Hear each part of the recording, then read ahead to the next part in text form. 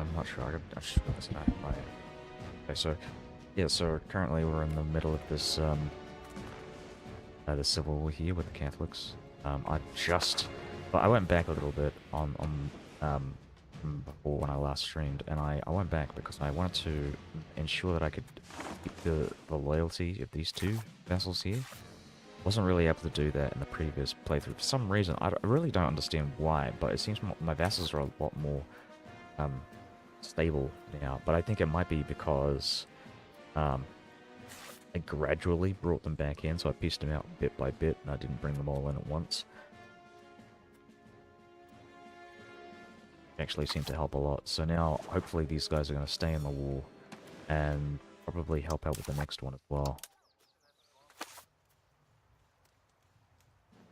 I have a Casus Belli against Castile that ends in 1517, so let's see, something to keep an eye on.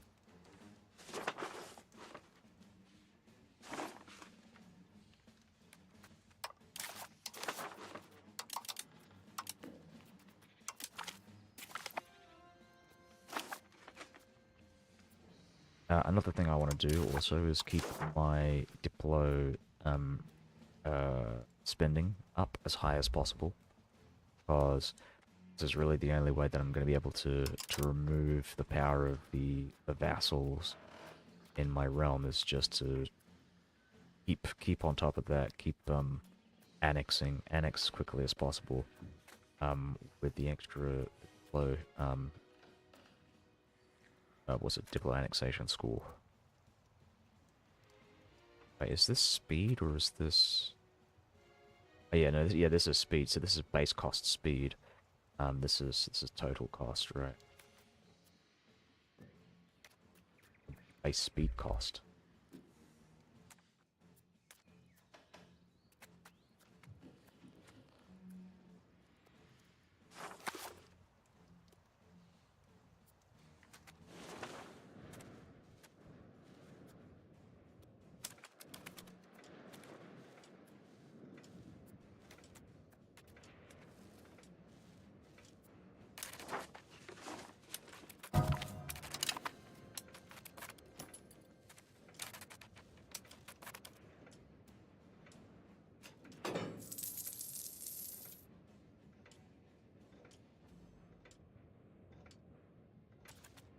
You play Seiko 3? Have you seen the new patch out there? Well, it's not. Sorry, hold on. What am I saying? Have you seen the new plans or the dev diaries for the new DLC that's coming out, the merchant stuff? They're adding House Unity for republics. It was actually a really good idea.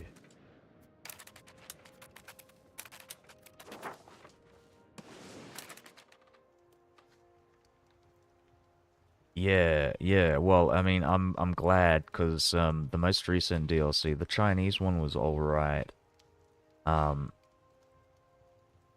but it felt like a lot of the same stuff really. Has one of the best dev teams, maybe, possibly. Um, I would have said Victoria 3, but obviously with the new DLC that's coming out, maybe not. But I don't know, who knows. Well, the map expansion made a lot of sense, but I felt like it was a lot. Um, maybe with the exception of China, it felt like, you know what? I think the Mandala stuff is interesting, if a little bit maybe boring to play. I don't know. It just it's conceptually interesting, but yeah. I think the government type in that game, that was the most different from the others, from anything in the game previously, was probably Mandala. China, I never really, I don't think I got into China enough to really give it much criticism. But I tried playing a multiplayer game with some people that I know, and it was um annoying, I think, because a lot of that, the gameplay loop in that is essentially like trying to, you want to join those exams, the Imperial exams, and it doesn't work very well in multiplayer because if you're not paying attention and you're not like instantly like pausing, you're gonna miss like most of the Imperial exams that happen in China. And you want to attend the exams because it's the only way to advance in the meritocracy. Um, China and Japan were the interesting parts for it. Yeah, I guess. I mean, hegemony is just another rank. I don't know how I feel about hegemonies. I mean, I guess the thing with hegemonies is like they've got a different thing where you get the whole tributaries thing. I remember when I was playing as the Roman Empire. This was actually shortly before this playthrough. Um, I think the only difference between an empire and a hegemony is when you become a hegemony, people start asking they want to become like your tribute. But beyond that, there's really no functional difference between the two. So I don't know how I feel about the actual addition of the government type. It just feels a bit, um, I don't know.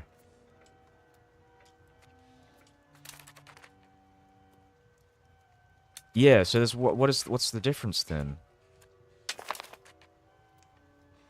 I guess it's just oh, I guess maybe it helps with like if you want to, you know what? When I did form the Roman Empire, I did notice that in here you got like the fucking it did split up the empire, and I thought it was kind of nice. It split up between like Illyria and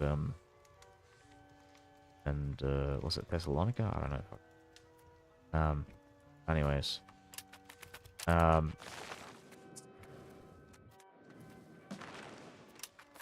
but yeah, but I'm really looking forward to the merchant stuff. I like landless gameplay generally, and I actually was talking about it before when I was playing E5. How it would be really interesting if they came out with like a government type or expanded like landless characters so that they could interact with like some form of trade system. And they're doing exactly that with EU with CK3. Oh, okay. Oh, that's cool.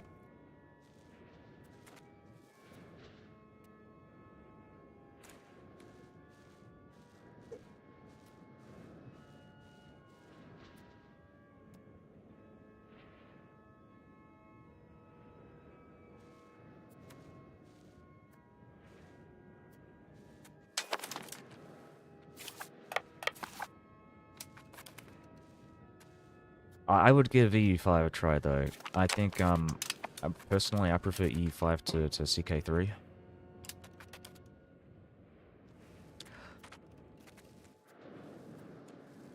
Byzantium in this is really fun. Actually, I really like playing countries that are like in decline. So this is perfect.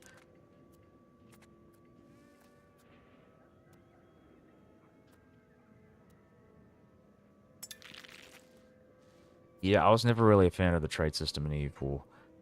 Um, I vaguely understood it, but it just I was never really yeah, not really into it. I think the trade system in this is pretty good though.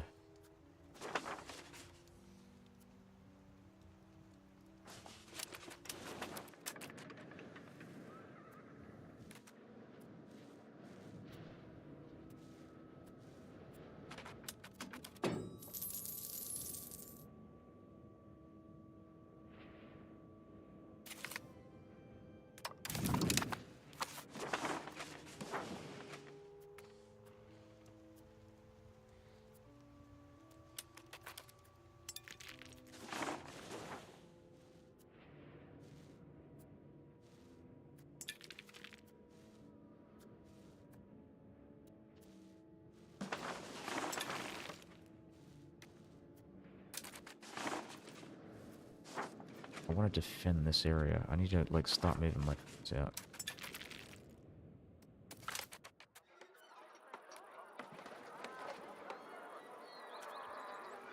Alright, we're gonna move towards Latinitas.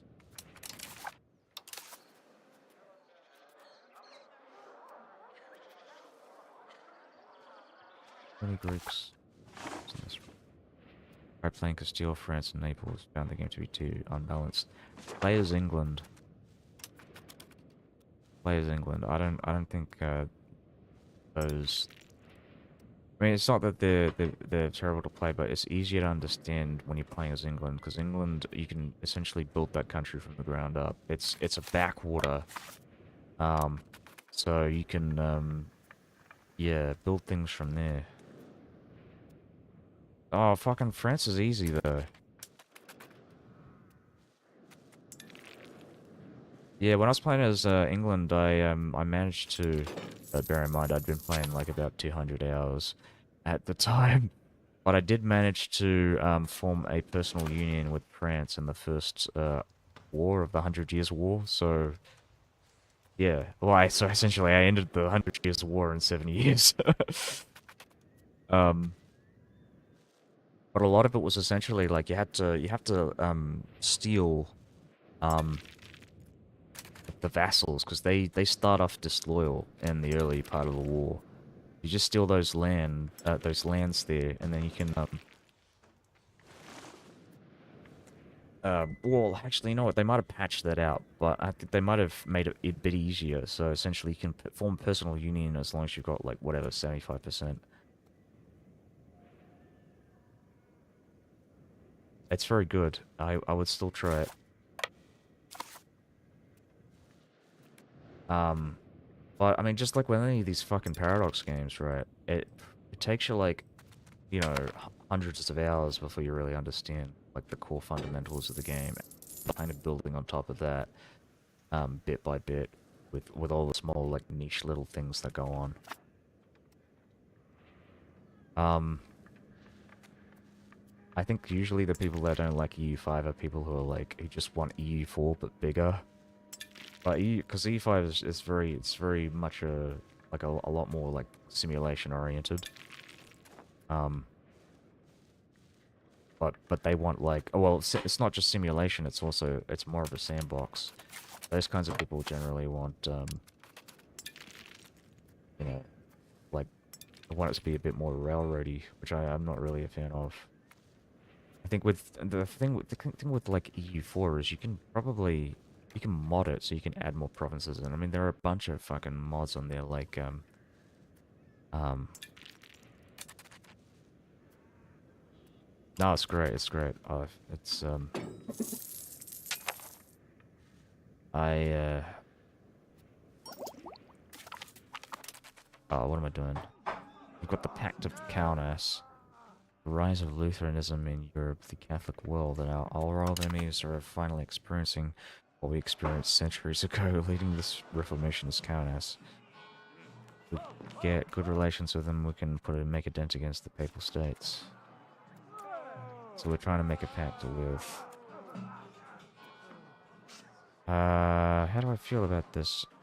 I don't think I like this. Yeah, we don't care about Catholicism. We're gonna go for the stability.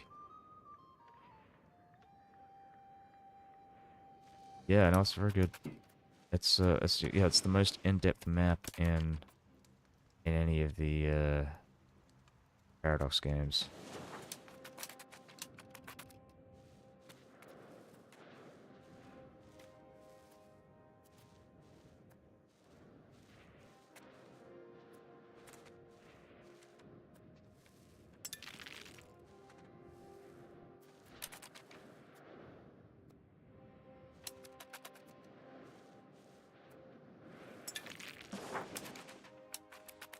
Okay, how to checking this out. I'm assimilating these pops to Latin culture. I formed Latin as a result of my invasion of Italy, or at least I think it was very specifically when I reached the at least 0.01 Latinitas school. It gave me this prompt for creating like Latin culture, and so I've been building that up.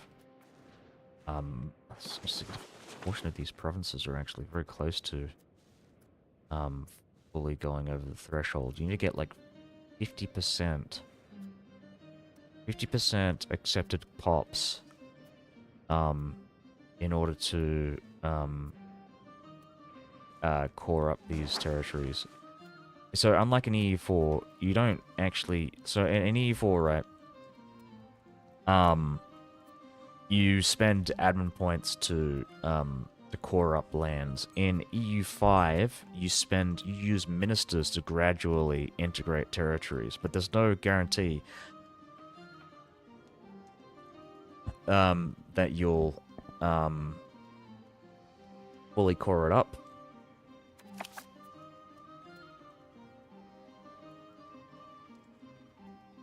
Two things come to mind. Don't know if they alter them or not. Would spam create vassals because it was faster than coring them myself. Yes, it is. It is faster. That is technically true. And it was profitable somehow. But when I wanted to convert the culture, it was like 70%. Swear to God, back to previous culture. That occasionally happens. It really depends. I mean, what I would do is time it. Because vassals in this game are actually kind of rebellious. Also, I'm not sure if you've been paying attention since 1.1. So they changed how religious conversion and cultural assimilation works. At least in regards to vassals, it's actually a lot slower. And I'll show you just an example, because you got like this trait here. So is subject minus 50%. That is actually like incredibly significant malice for assimilation. But however, if you time it correctly and you forcefully assimilate your vassals or forcefully convert them to your religion, like with this guy, for example, before a rebellion occurs, you can essentially get rid of that negative malice. I'll show you an example here. There we go. So we've got completely and entirely positive stats here for religious conversion, and we're getting 287 pops converting a month as a result of them rebelling against me. And I just like recently converted this as well, so I timed it correctly because I was at in the middle of a different war between cultural patriots. I think they were Bulgarians. Anyways, we're gonna move these guys up here. I want to finish this war as quickly as I can.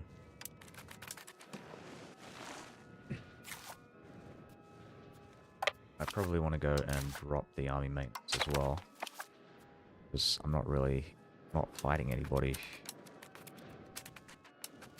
I want to build up more universities as well. I can build some in the northern bit of Italy.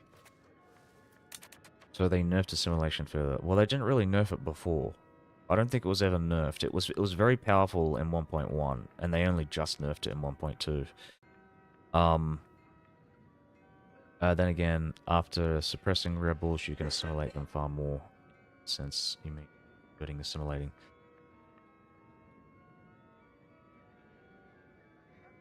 No, it's actually it's not after suppressing the rebels actually, because I haven't noticed any difference to assimilation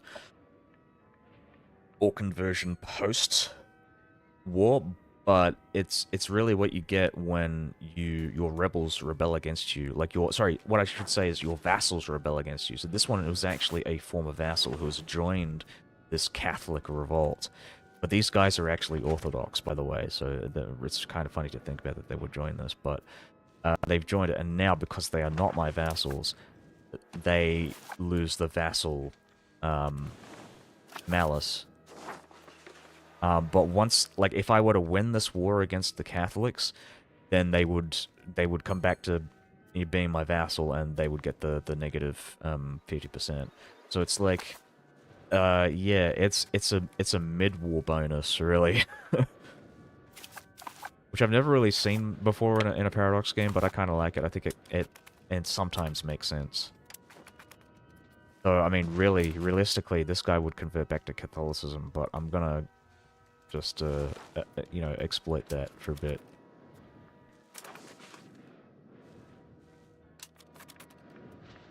They're all Chalcedonians to me.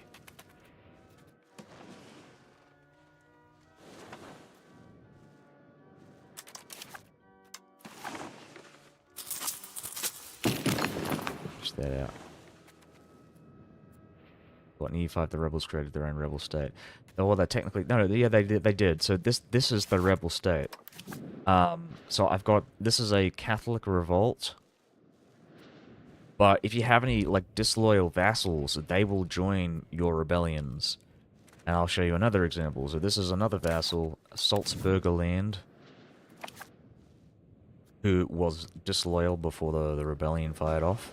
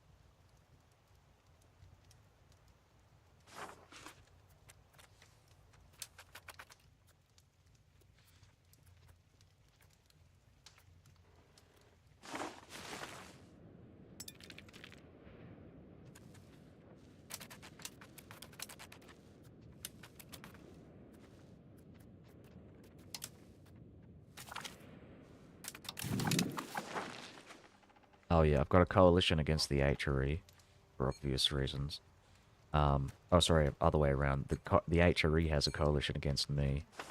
And I'm gonna be dealing with that in the future, but right now I'm just kind of like trying to stay alive, because my vassals, I created so many vassals here, and because they've like accumulated military forces over the years, and I haven't been declaring any wars, so they've just been, they've been, well, my complacency has led to their like kind of rebellious nature, so I have to keep fighting wars now. I have to dedicate these vassals to a greater purpose. How do I handle control and trade? So I don't really handle control, that's the thing. Well, I have several ways I handle control. One of the ways is by coring territories. When you core territories, you get a baseline control of something like 12%. So you can see this is a really good example of the difference between a core territory and an integrated territory. These are integrated, the zeros here. Some of these have really high control, relatively, for a thing here.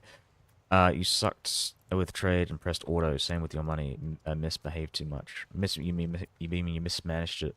So yeah, I actually automate trade as well, because there's too much to handle with the trade system currently. At least for me, I haven't really figured out how to optimize my trade, so I automate that. But I don't automate the economy. What I usually like to do with the economy is I like to create demand and also create RGOs. So the thing with RGOs, if you look at these, for example, these require no maintenance. You build the RGOs and they pretty much run themselves. They create goods for you and they also make money for you, because those goods are required to produce other goods, secondary goods. And then you create demand by creating... Well, generally, I think the meta strategy is to produce clergy buildings.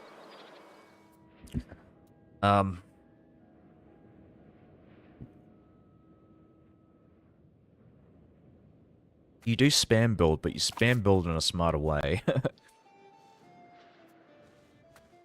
And depending on your starting position, there are better ways to spam build than others. So in certain countries, right, where you have low amounts of lumber, you want to build lots of lumber because you may want to trade that lumber with other people who have low amounts of lumber to essentially increase your trade income, which you can then use to produce more lumber, use more RGOs, and then build from there. You've also got like certain locations, like in the Eastern Roman Empire, we've got like really high quality trade goods, like silk, like alum, Like, uh, trying to think of the other ones. I'm just looking at my landscape here. So yeah, there's a lot of silk in Anatolia and Greece. Gold, lots of gold in the Balkans as well, which I've been snatching up over the years. Um, no, the Turkish are really easy. They're actually kind of easy. Um, you just have to attack them quickly. Um, you can't really wait because it's the thing that's gonna kill you in your playthrough isn't the Turks. It isn't any external threat from like the Bulgarians or the Serbians. It's your economy. Your economy is the worst fucking thing when you're playing as the Eastern Roman Empire. In fact, the only thing that can save your economy is declaring war on other people so you can steal their money to supplement your corrupt um your corrupt economy. Um and a lot of the early game, at least for me, I spent like maybe the first 50, 60 years getting rid of fires in the estates, called the corruption of the estates.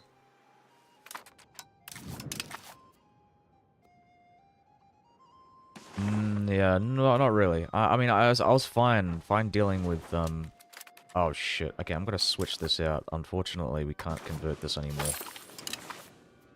These fucking bastards are. Ah, shit. I'm gonna head down south. We have to deal with the fucking the marsh peoples. La Marche. So, one of the good things here, actually the really great thing about this is I'm actually getting a lot of control in the Roman region, so I might actually switch the,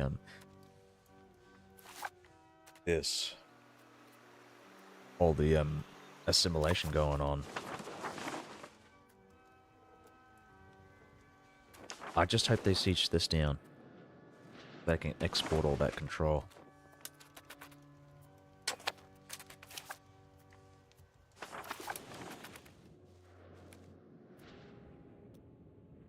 You know what? Naples was, I think, probably harder than Bulgaria and Serbia, mainly because they were. I mean, I did ally them for a significant portion of time, so I mean, I wouldn't necessarily know from personal experience, but like seeing from their like manpower and the like amount of professional armies that they've got, and their economy, which is a lot more developed than in the Greek region.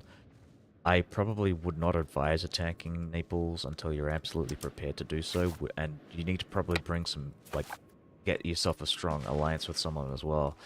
What I did was, I used Naples to assist me in my wars against the Turks, and then once I'd finished with the Turks, and I'd finished my initial, like, situation, which was the rise of the Turks and the fate of the Phoenix. Once I finished in the east, I allied with France, I broke my alliance with Naples, and then trade them practically. Well, actually, it was the other way around. Naples broke the alliance with me, so I was able to declare war on them without, breaking any truces, because the person who breaks the alliance creates the truce. It's not a two-way thing. So I pretty much just declared war on them as soon as I could. And, yeah, well, it is possible. You can ally France and Naples. Though I think I kind of, again, like as soon as I allied France, it was kind of obvious that I could just break with Naples. So um getting an alliance with France is like, yeah, it's definitely it's one of the things you want to do as Byzantium, because they can help you out with the HRE, they can help you out with Spain. And then once you're done with France, you can take all that shit pretty easily. Um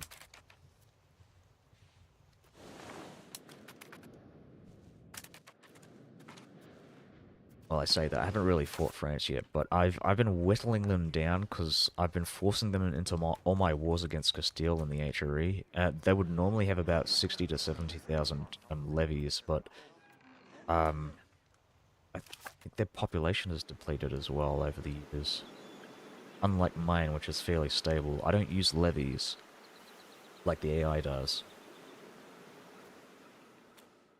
Oh, bear in mind that this is another thing you might not know, but using levies actually like eats into your manpower pool. The levies are conscripted from your laborers, burghers, um, actually really from all of your estates.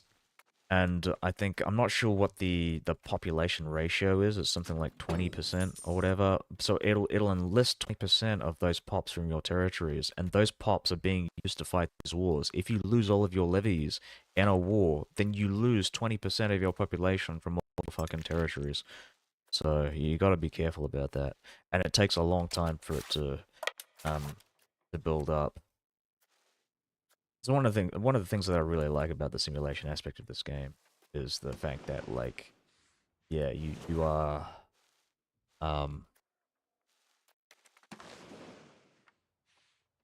um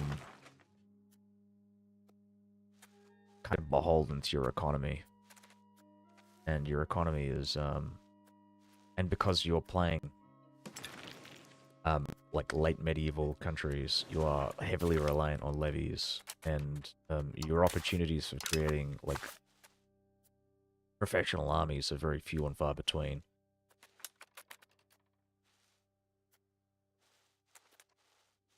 I think the best examples of maybe like early professional armies are in Italy.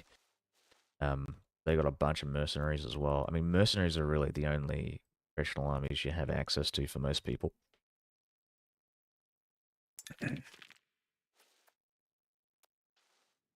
Yeah, I'd say that's about right. Mid 1400s. I mean, well, at least for the Eastern Roman Empire, maybe a bit early for England. I think the issue is professional armies require a certain technology. You need armories, and you only get armories in the Renaissance, which were around 1350, 1360. Um,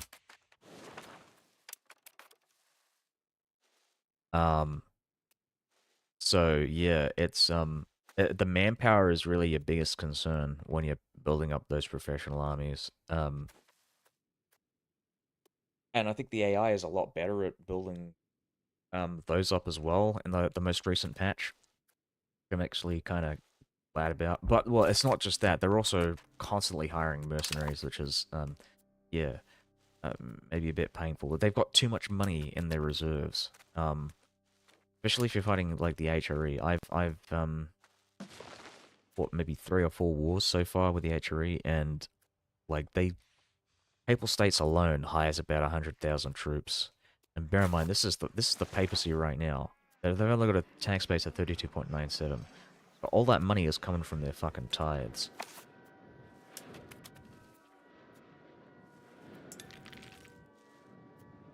They really shouldn't be. There should be like a separate pool of cash, I think. Um, oh, maybe not. I don't know.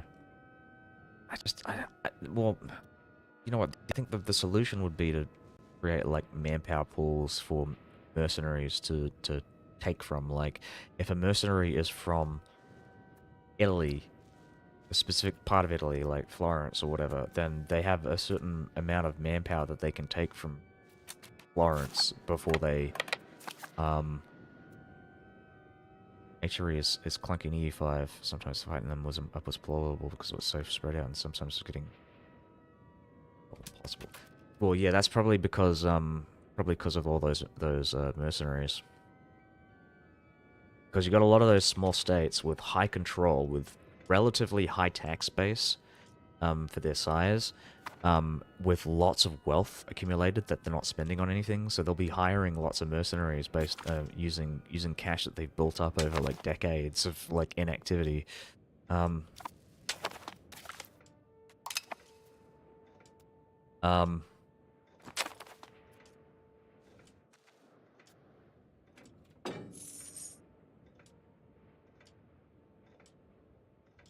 yeah. Here's the thing. It really depends on your casus belli. If you have a casus belli like I have with the Eastern Roman Empire, where you actually, really, I think it can work for any casus belli, but I would stay away from show supremacy. to show supremacy, I think there isn't a cap on Battle War score. Um,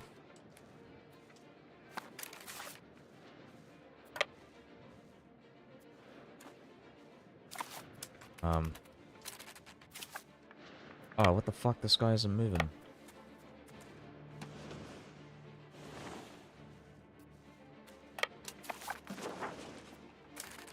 Yeah, I'm not a fan of this. I don't like what they've done here.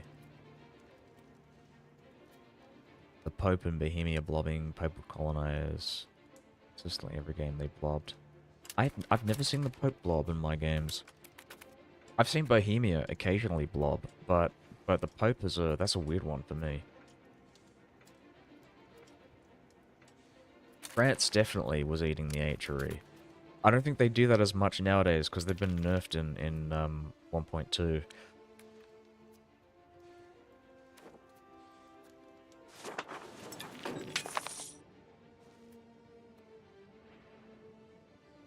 Oh, colonizing in Africa. I've never seen that.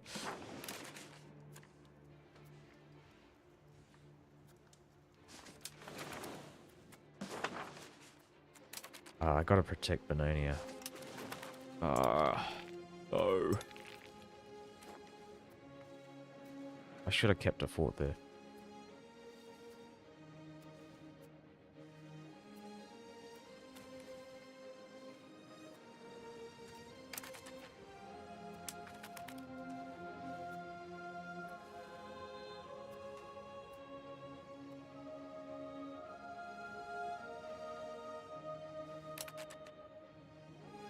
Ottomans would kill bears, but never properly form the boys you would expect.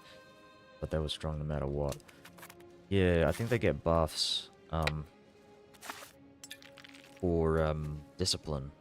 They have like a strong aristocracy. Same with the fucking Mamluks as well. I've been trying to fight these guys for a while now, and every time it's just their levies would swamp me.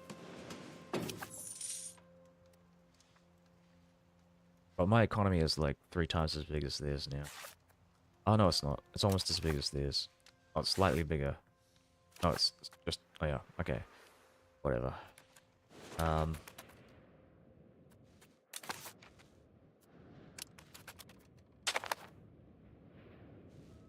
Yeah, well, all of that. The game is, not as snowbally as it used to be. Sure.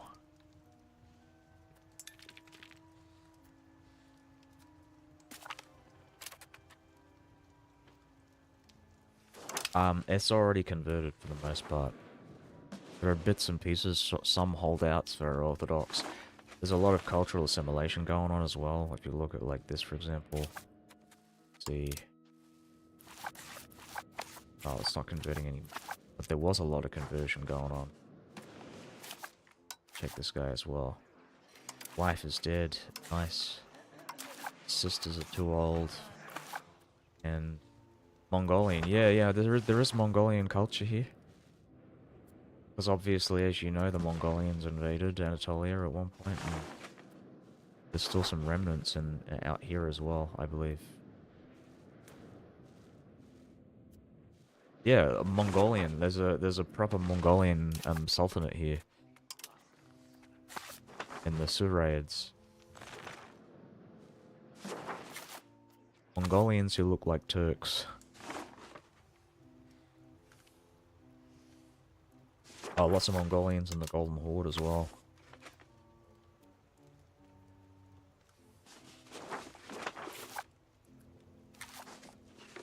The Jalarids are also Mongolians. They usually convert to British, I believe. At least in my games they usually do.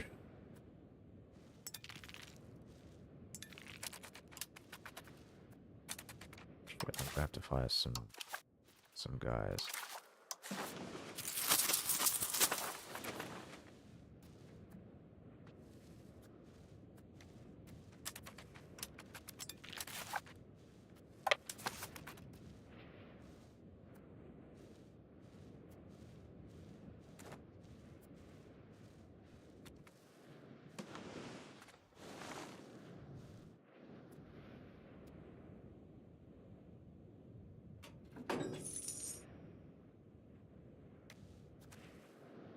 Oh yeah.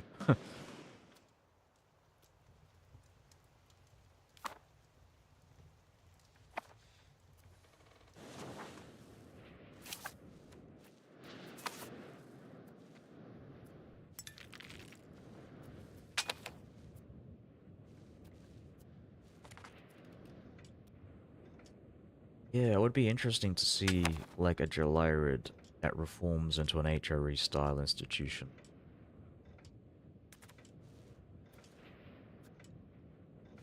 Like that would be their end goal, because as it stands, the clan system would look incredibly unstable. But like looking at the HRE, they go, "Oh man, this is exactly what I want.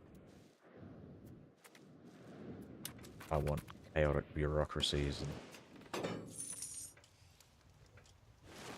loads of mini like city-states."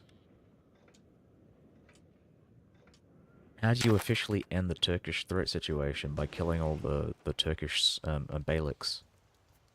That's how you end it. And because of I don't understand why, but there are Turkish beyliks out here, so you have to take this as well. Bear in mind, Mardin currently is actually my vassal that's rebelled against me. Does vassalizing them be the same?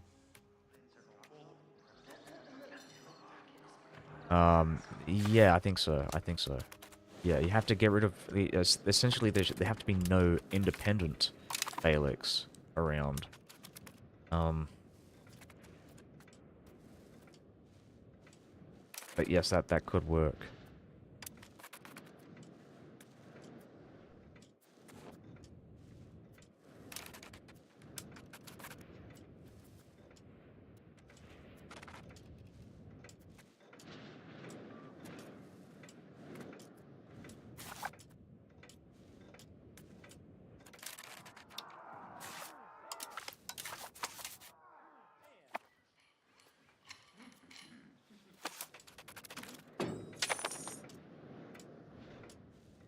And we're gonna move the troops up north.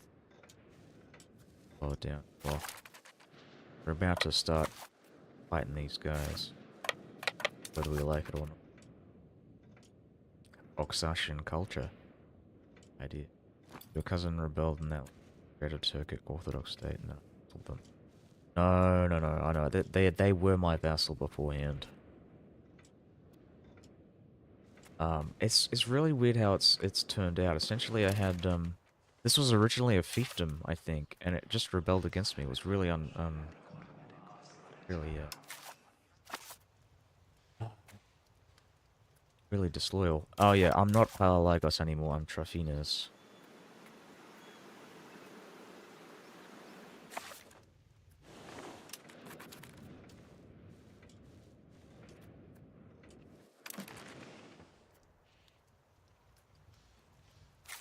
What is their culture? I'm gonna that. Oh, it's Baltic. Yeah, so he's from up here.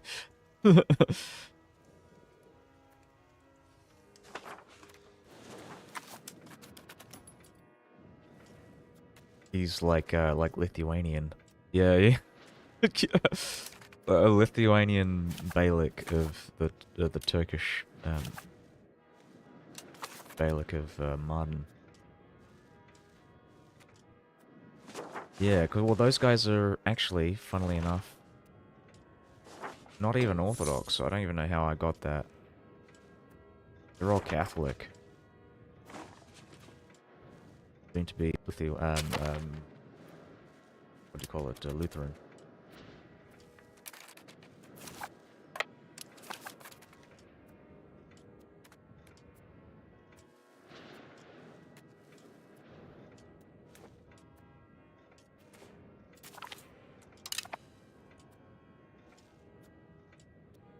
I'm sure there's an explanation for it, because mother is probably like from Lithuania, so. Litua.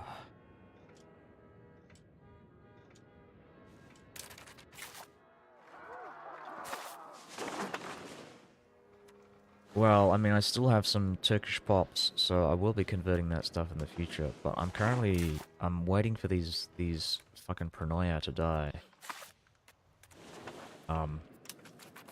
despite what the game says, despite what the fucking the government reform says, reformed Pronoia do not close the loopholes for succession. Apparently, it's you still you you don't inherit the lands when your vassal dies.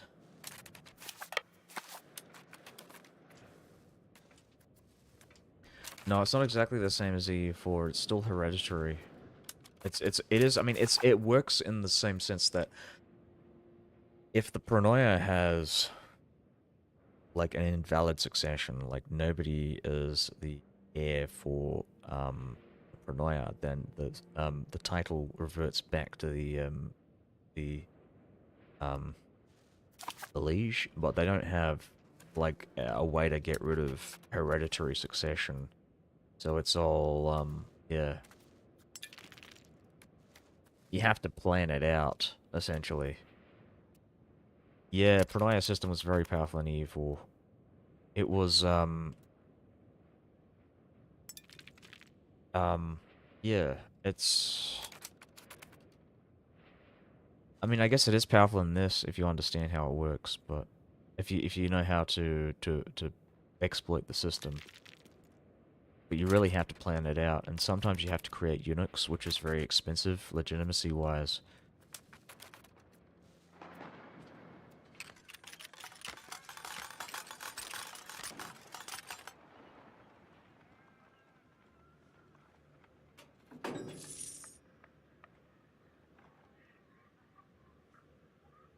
No taking away inheritance. No, none of that. It's all,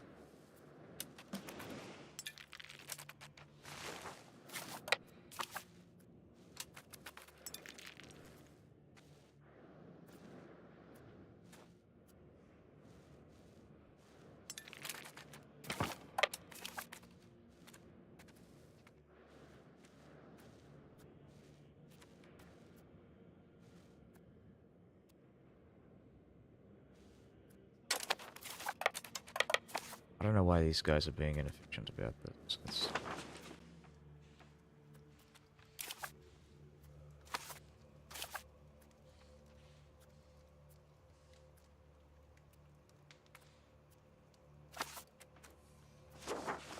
I'm gonna leave this alone because they're actually building up control here.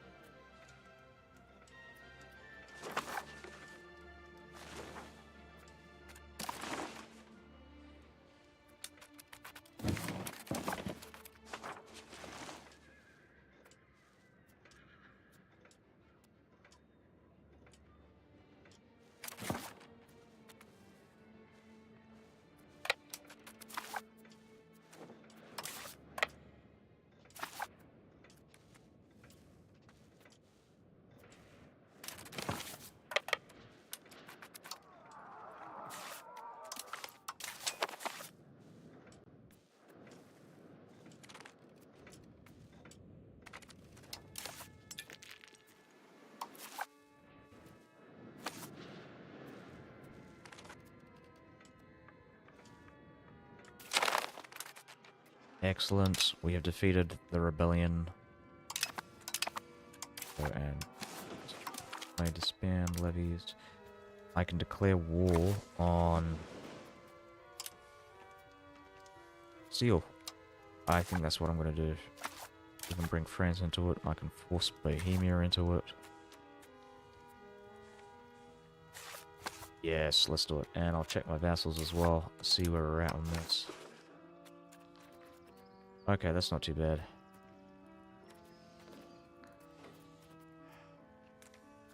Actually, not too bad at all.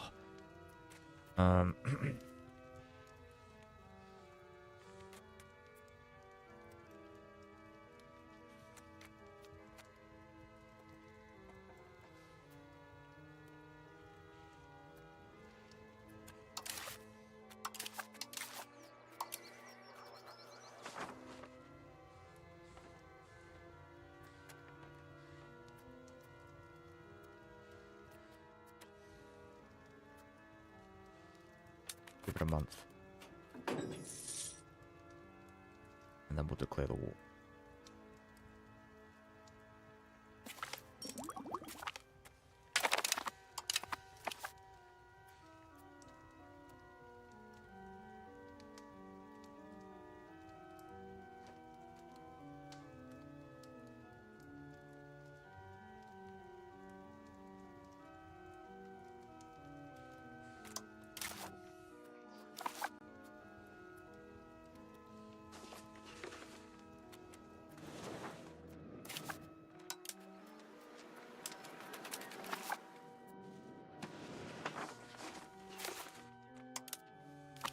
Okay, so how are they doing for religious conversion?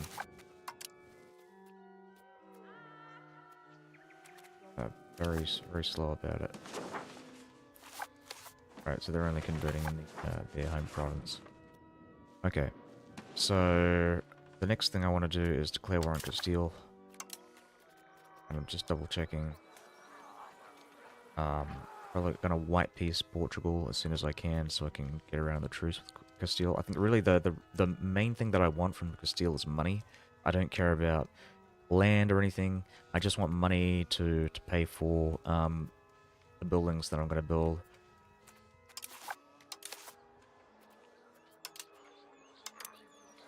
Yep, declare war. And we'll bring Bohemia in. I'm actually going to check them as well to see if I can change their core language. What language is important? Because the more people who speak the language of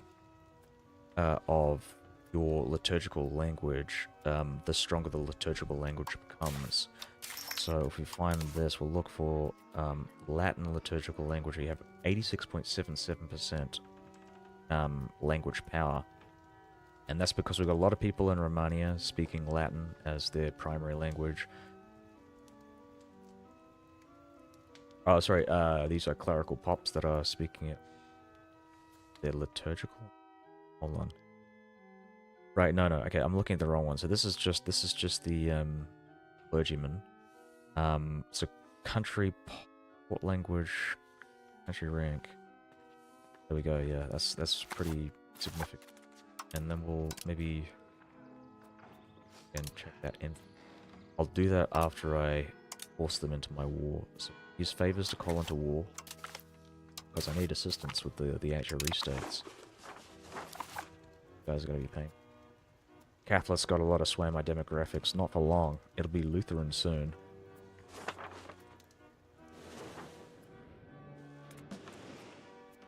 The Lutherans are gonna start eating into this.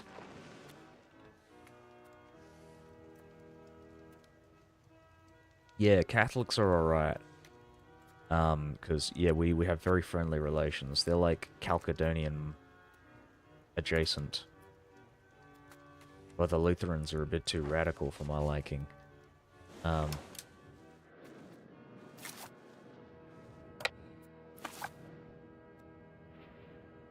Yeah, it is. It is immune to Lutheranism.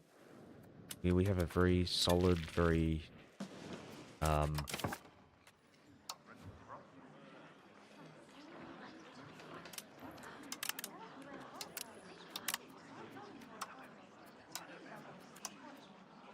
upping my... Yeah, very solid, religion system here.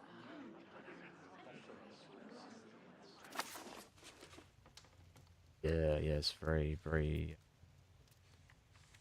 rapid. I think they're gonna change how that spreads with the movement system that they're implementing. The only example of a movement in this game currently is with the Latin Revival movement, which is very, like, has a very minimal impact so far in my game. I don't really know what's happening. It gives me stats on, like, oh yeah, 2000% like assimilation rate for certain strata of pops, but it doesn't really reflect that.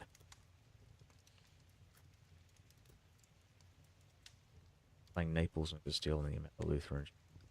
insane about a third flip. Oh, again, they're probably gonna switch that. They're gonna change it up. Maybe a railroad a little bit, so like it's not as aggressive. Or there could be ways that you could things you could do to like slow down the speed of um conversion.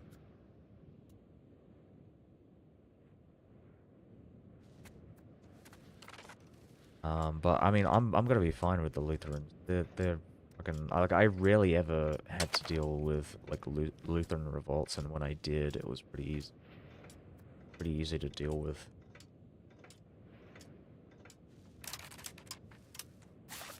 I think what I will do here actually is possibly like,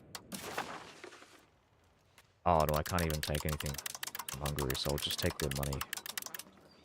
This is when I get around to actually like fucking sieging him.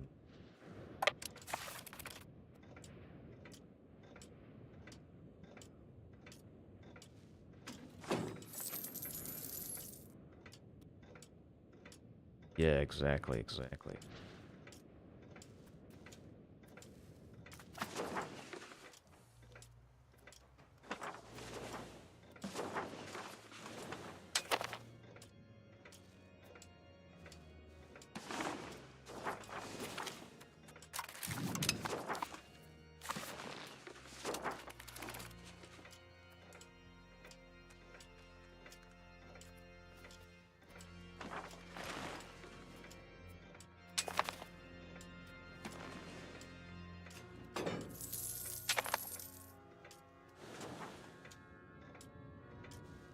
Can you vassalize the Papal States, but Chancellor conquer?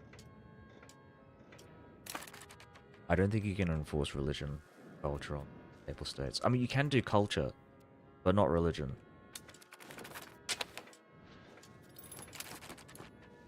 But I would be curious about that, yeah.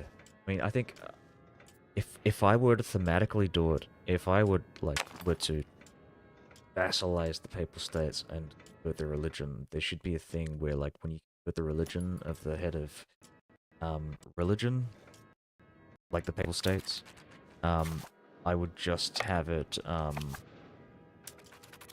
like another pope pop up somewhere as the, like, semi-official head of the religion. Or even maybe go as far, like, what I would do is have some kind of ahistorical, situation, like with these ones, like the Reformation or whatever, where if the papacy gets annexed by heathens, like the Muslims, then you would have a thing where like several anti-popes in the HRE pop up to kind of claim the new title of papacy of the Catholic Church. Where like the Pope is just the successor of Apostle Peter, so it's technical. Yeah, well, I mean, in a sense, I have already mended the schism because I do have a patriarch in Rome.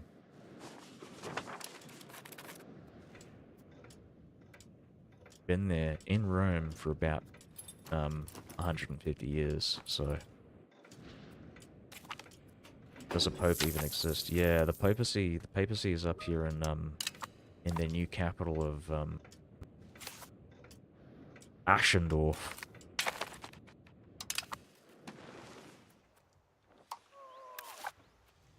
The famous papal city of Aschendorf. Pope of Rome. Bishop of Rome.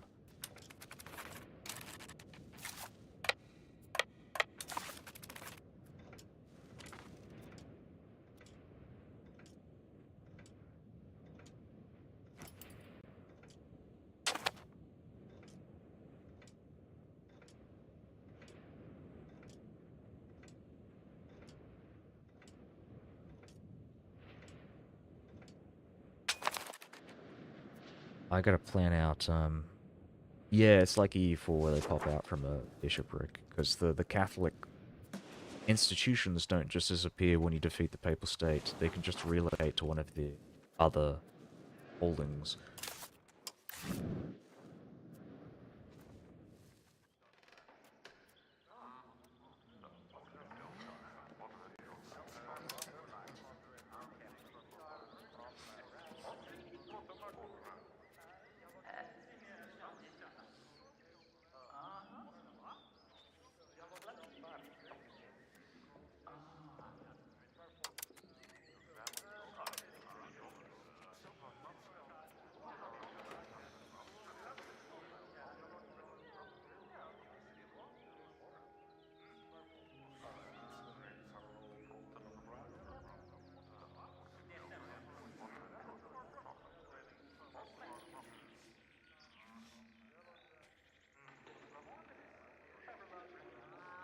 Yes, I can enforce culture. Don't want to enforce Greek culture, which is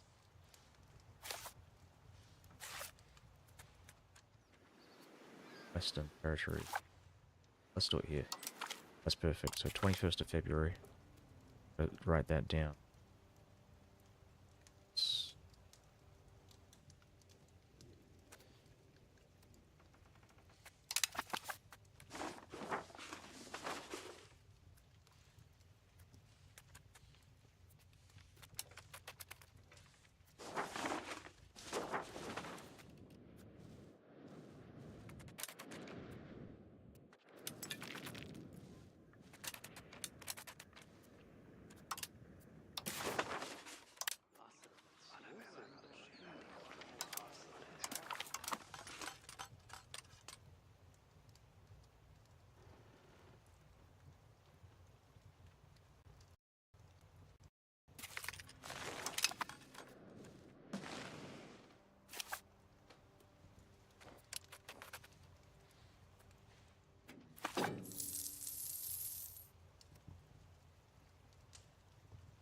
Convert then assimilate. They would always convert but then have a high failure rate. Yeah. I don't think there's any. I don't think that's necessarily correct that they would have a higher chance of changing culture back if they have the wrong religion. But I mean, I could be wrong. I haven't really tested it out that much, but I usually just go with conversion first because it's easier to convert, and I've got high spiritualist. So, yeah, I like taking advantage of that while I can. But I'm also very selective about who I convert culture to. I'm trying to keep it consistent so that like my eastern states are like culturally Greek and my western states are culturally Latin. Um,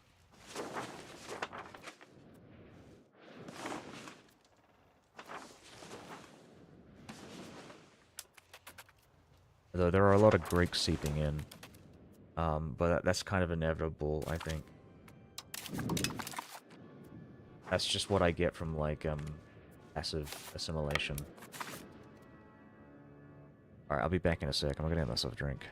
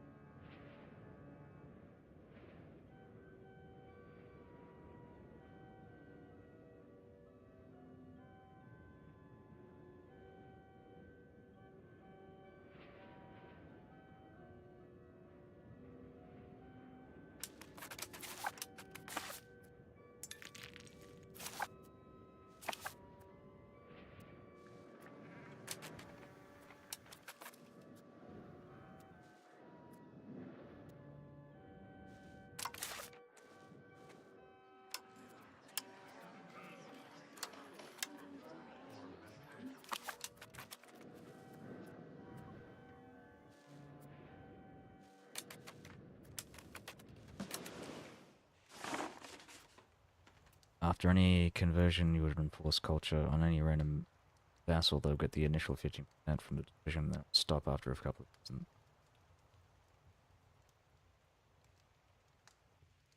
Oh, okay. I mean, I'd have it happen occasionally. Yeah, I guess I just got lucky.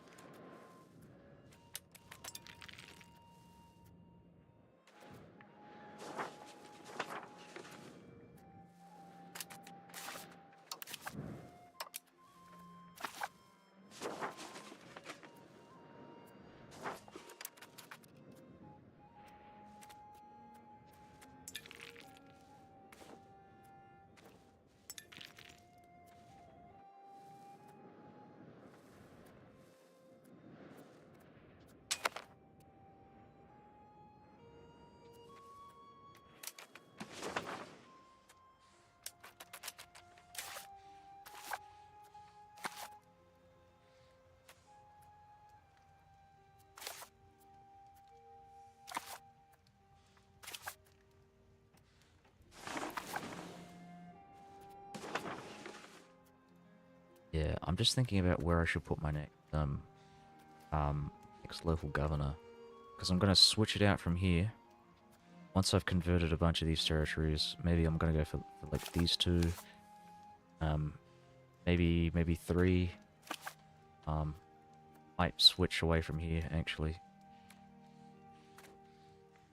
Place a bunch. I'm still gonna keep converting until I drop to maybe 30% here. 20%.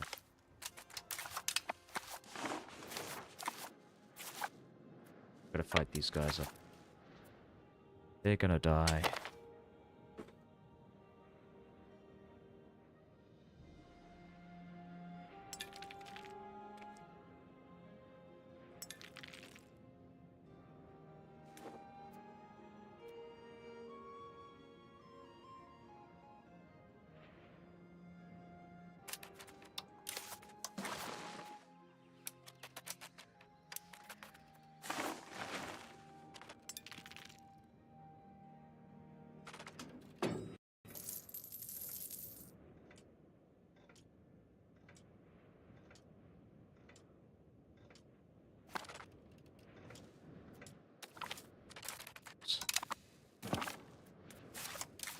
That stack wipe.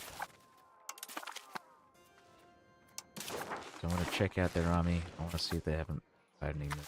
They have not. So we're going to split up the army and just siege down as much as we can. Completely gone. Goodbye, army.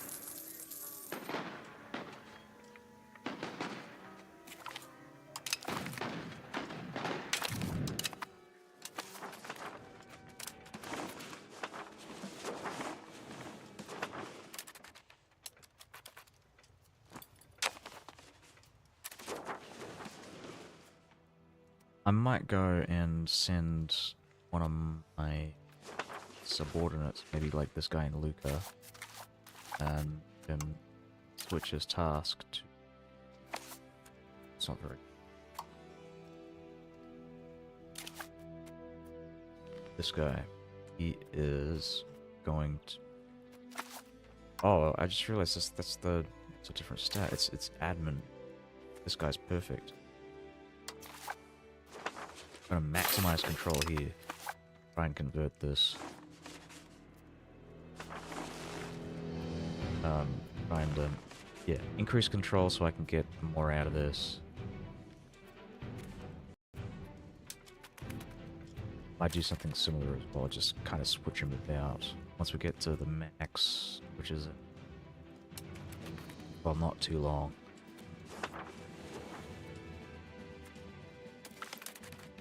Agrikoi, unhappy.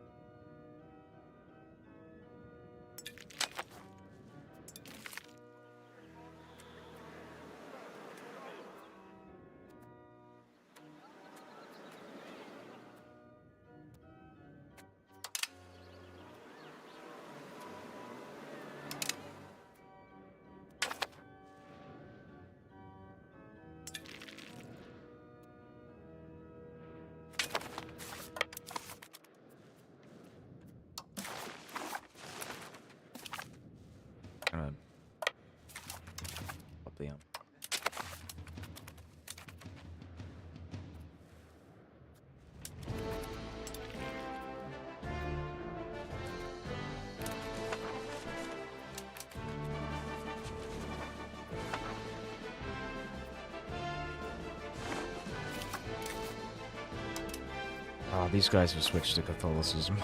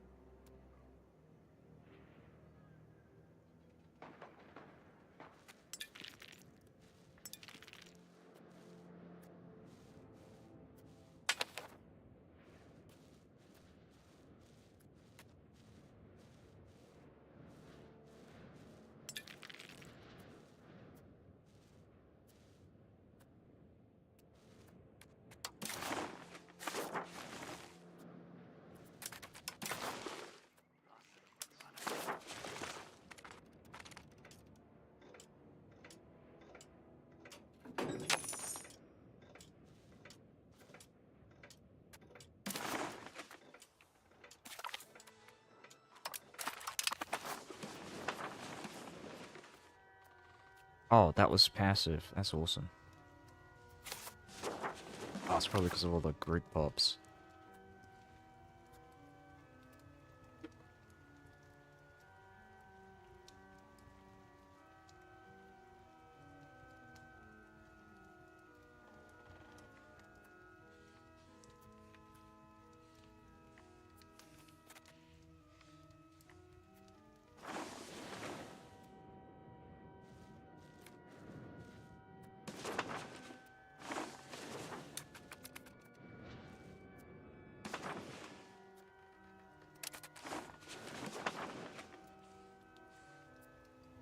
Okay, I'm gonna switch this. So, so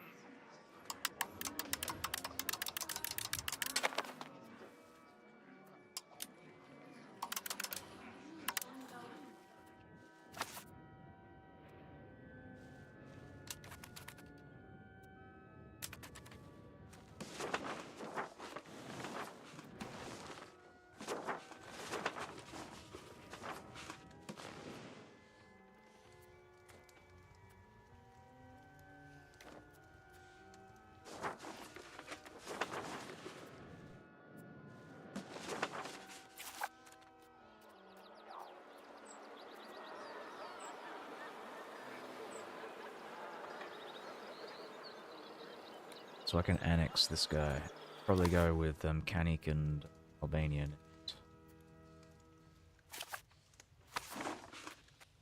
Corsica looks good too.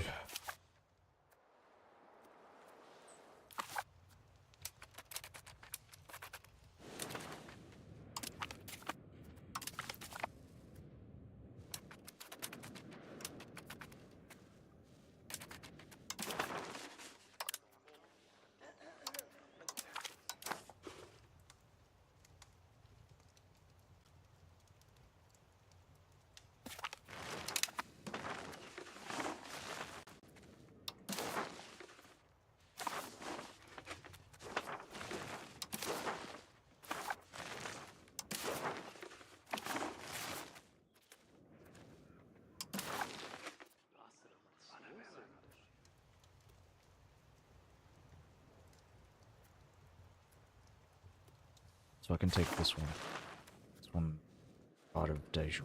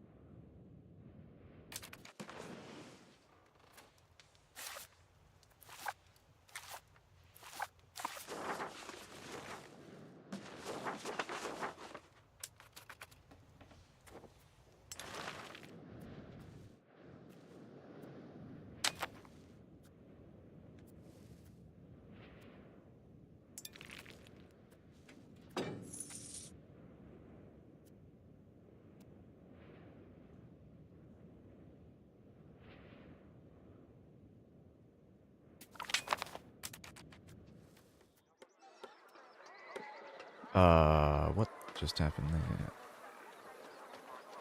Ottomans have been driven to Anatolia, urban populations. Oh, I see. Right. Oh, I think this is, hold on, what?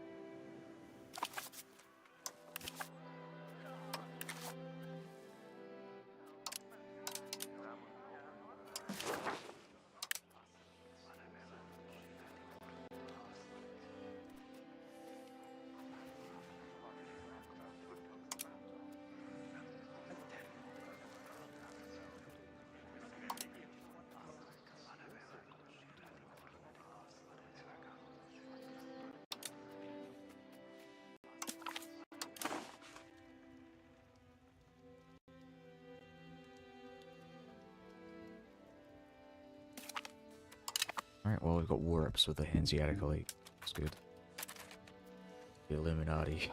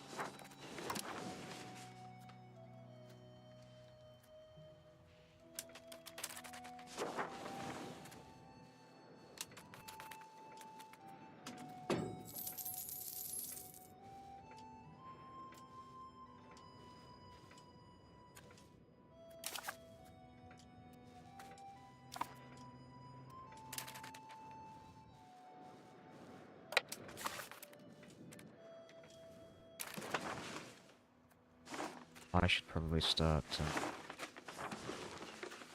converting this land here. So we're just gonna have a look at what we've got here. Provinces we got. It's 4 provinces. And I think they're all a part of the same area as well. Yeah, that's perfect. So I'm gonna switch it now.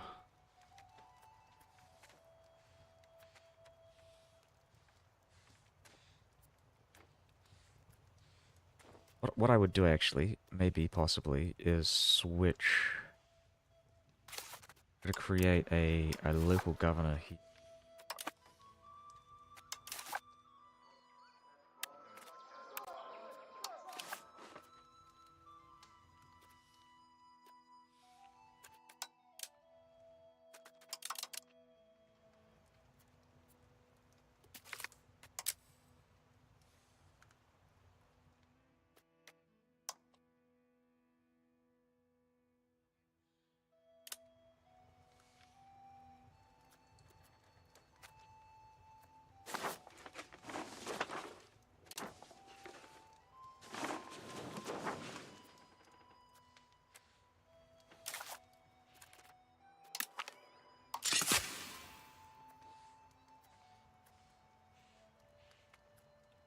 I'm probably going to place it in Cremona.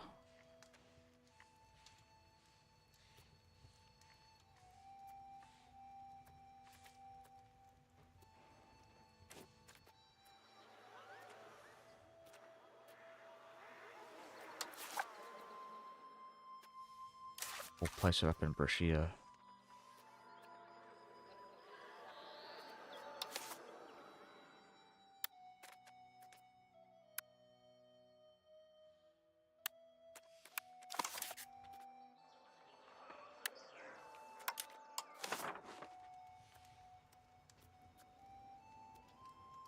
Hold on, what the fuck?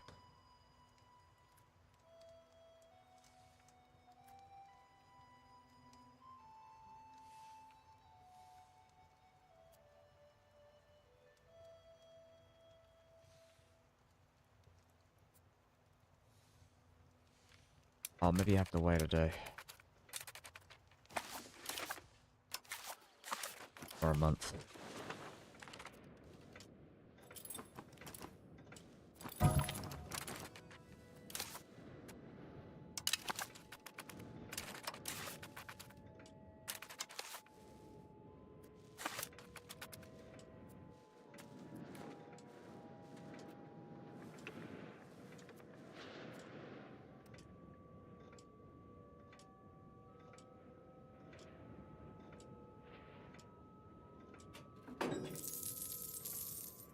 Oh, I forgot to change this as well.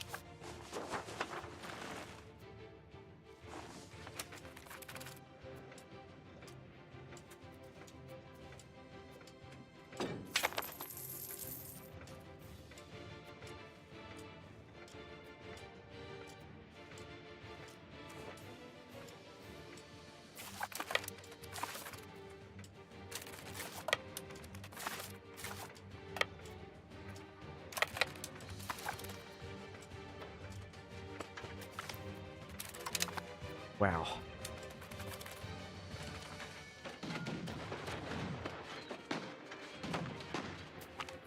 Wow.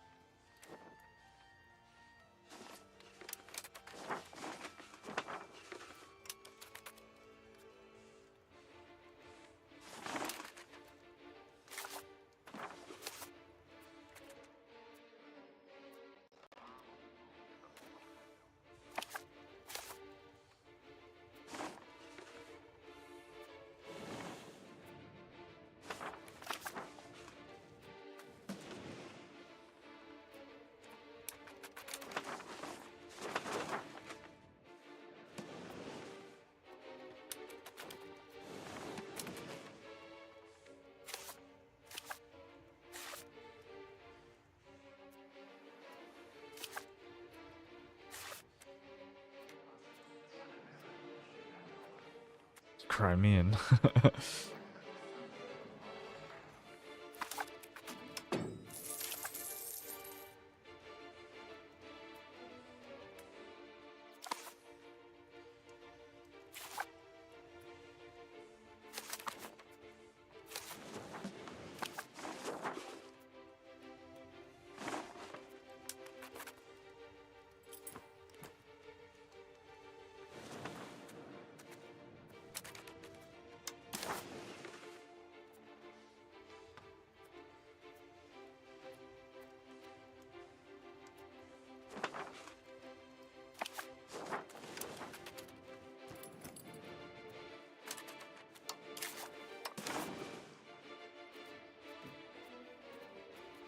I think I'm gonna form a bunch of peoples. Yeah.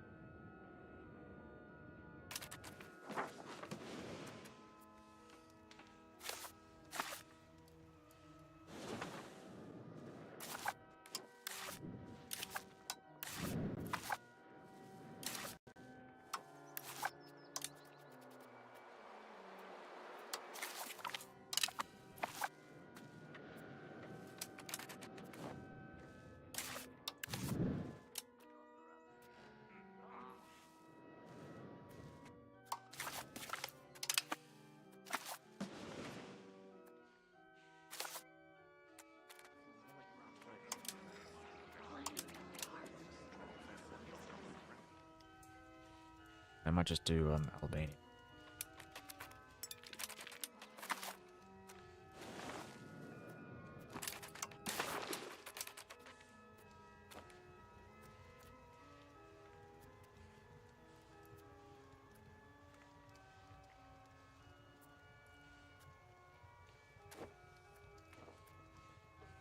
It's good. I like the look of these.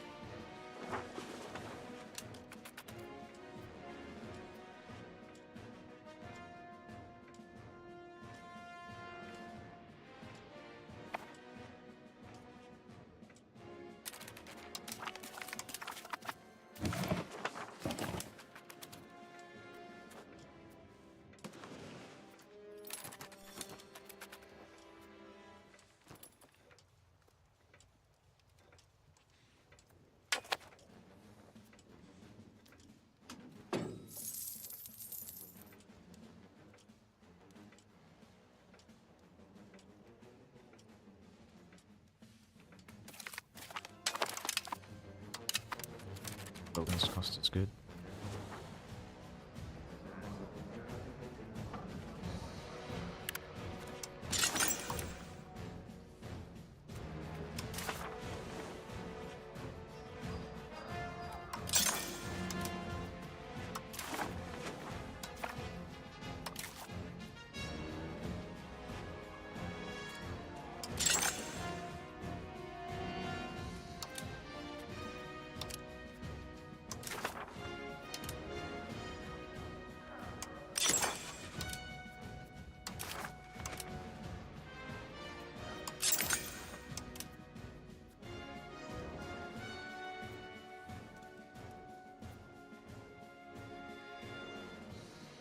Oh, cool.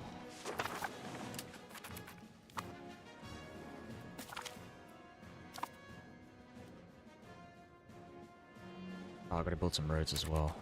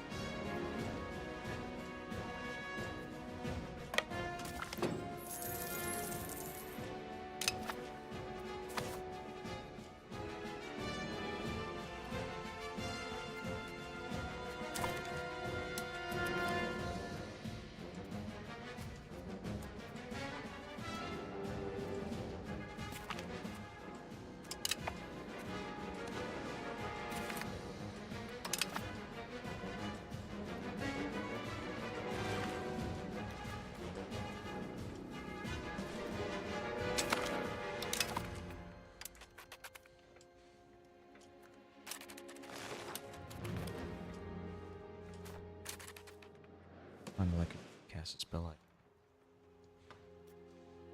Wallachia.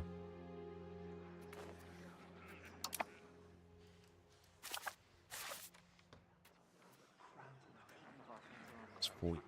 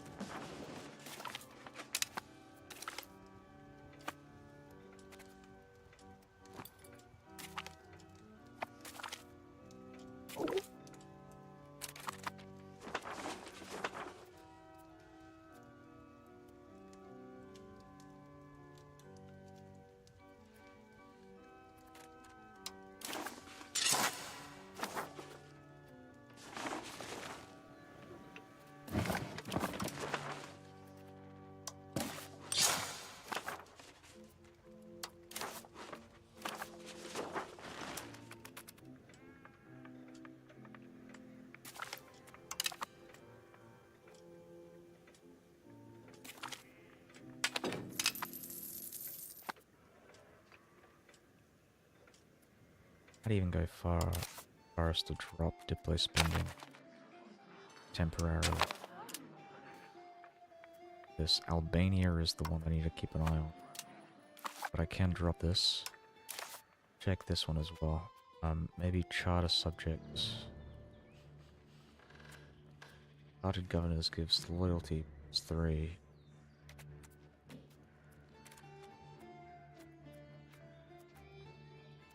I'm gonna promote the integration process.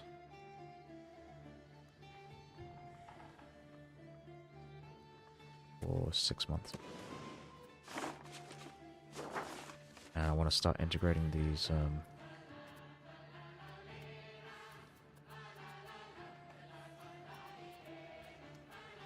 that's going to try and integrate Aquilea.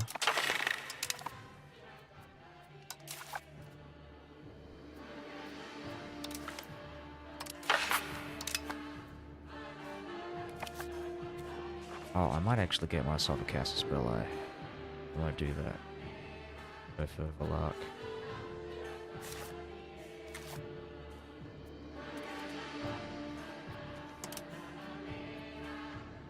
We can get an alliance with Poland as well.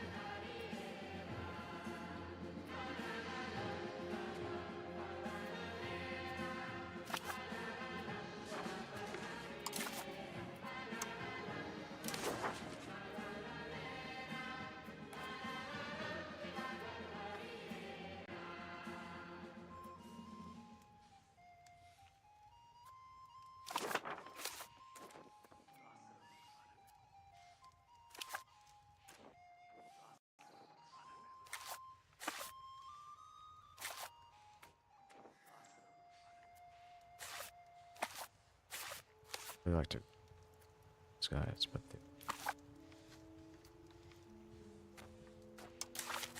I'm gonna go and get a fabricated Casus Belli CB. It's gonna have to be on Valakia.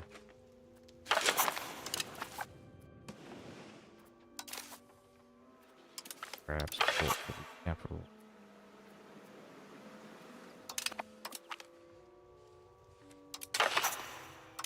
Yep.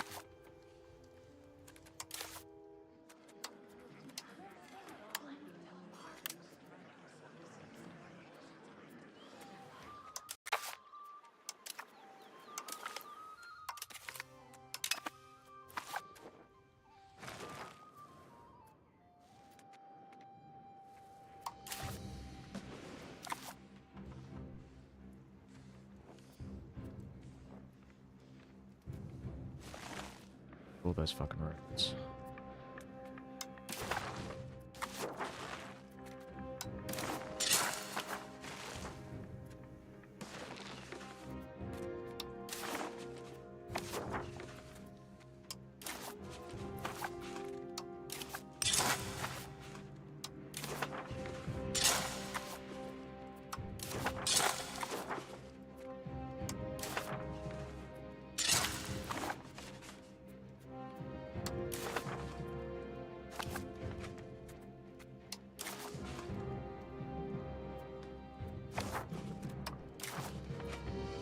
Oh, right, I need lots of money for that. For mountain pass roads.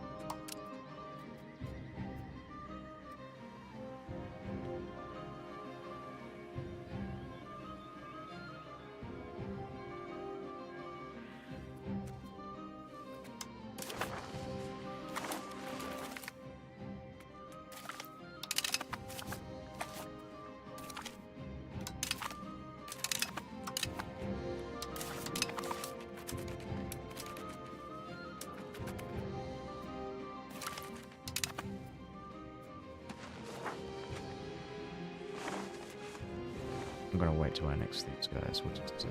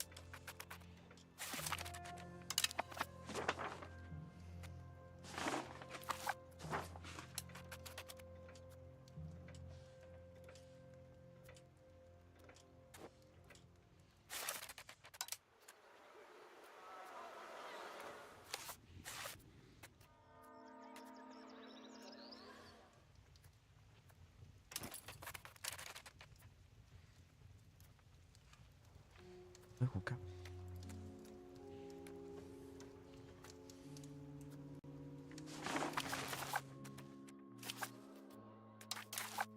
Council.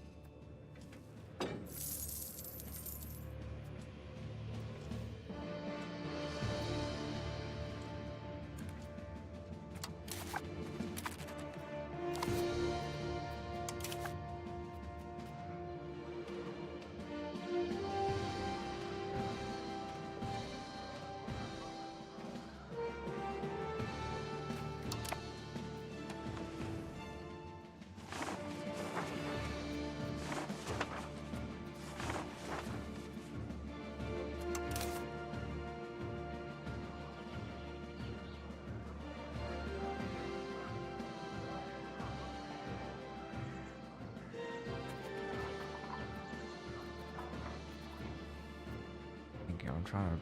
Oh, right.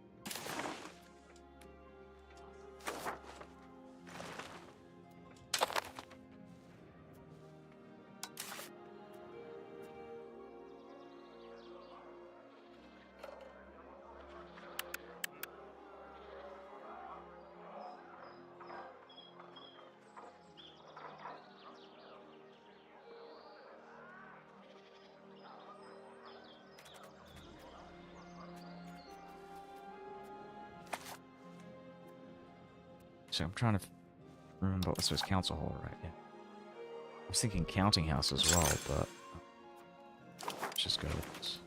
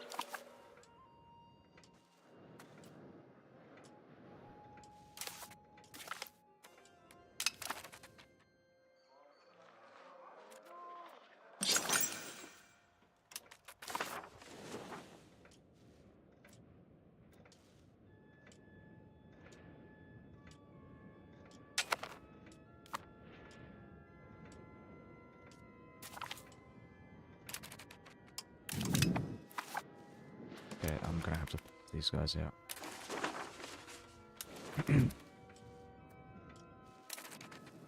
Let's go check this out. Okay, let's go and pay into that. We'll take the war reps.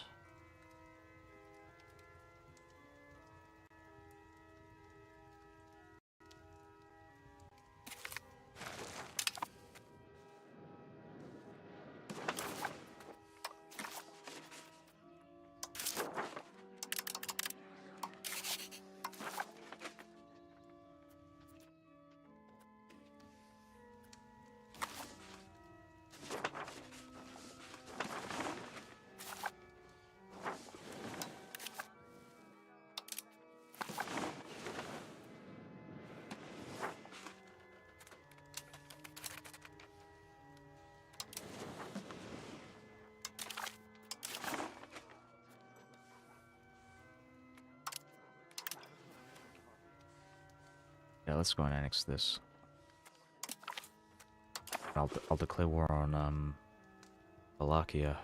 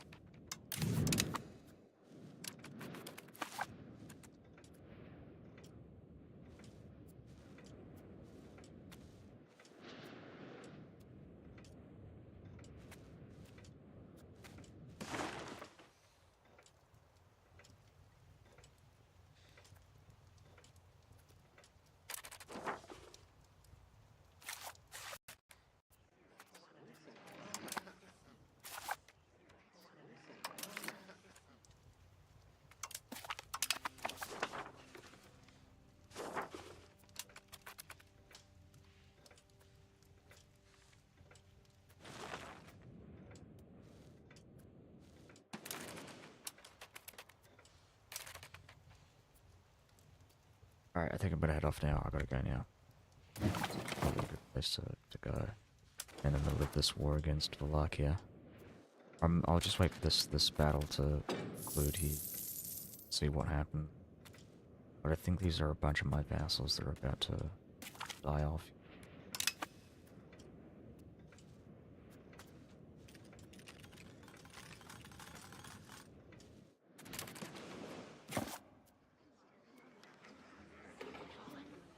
What about 60,000? Nothing.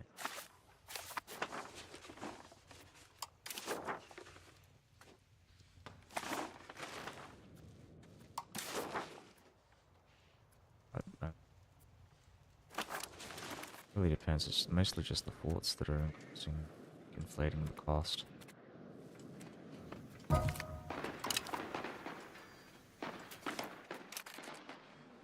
Oh no.